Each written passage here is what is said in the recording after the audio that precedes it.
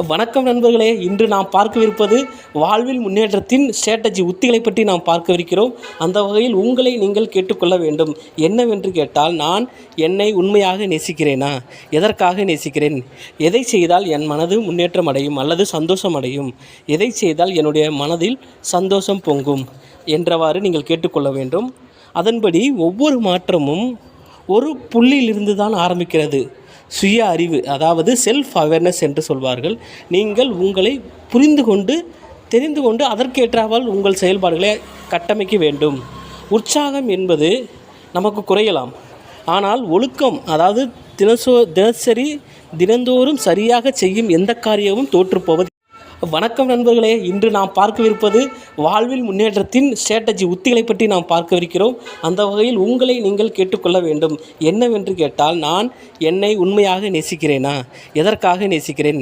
எதை செய்தால் என் மனது முன்னேற்றம் அடையும் அல்லது சந்தோஷம் அடையும்?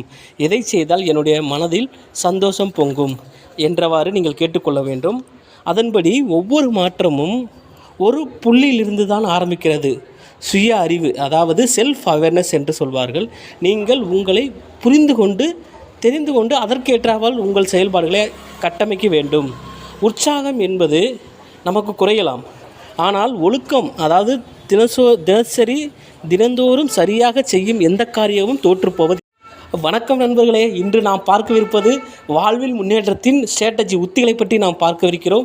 அந்த வகையில் உங்களை நீங்கள் கேட்டுக்கொள்ள வேண்டும். என்னவென்று கேட்டால், நான் என்னை உண்மையாக நேசிக்கிறேனா? எதற்காக நேசிக்கிறேன்? எதை செய்தால் என் மனது முன்னேற்றம் அடையும் அல்லது சந்தோஷம் அடையும்? எதை செய்தால் என்னுடைய மனதில் சந்தோஷம் பொங்கும் என்றவாறு நீங்கள் கேட்டுக்கொள்ள வேண்டும். அதன்படி ஒவ்வொரு மாற்றமும் ஒரு புள்ளியிலிருந்து தான் ஆரம்பிக்கிறது. சுய அறிவு, அதாவது செல்ஃப் அவேர்னஸ் என்று சொல்வார்கள்.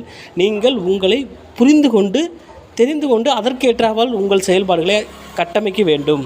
உற்சாகம் என்பது நமக்கு குறையலாம், ஆனால் ஒழுக்கம், அதாவது தினசரி தினந்தோறும் சரியாக செய்யும் எந்த காரியமும் தோற்றுப்போவது.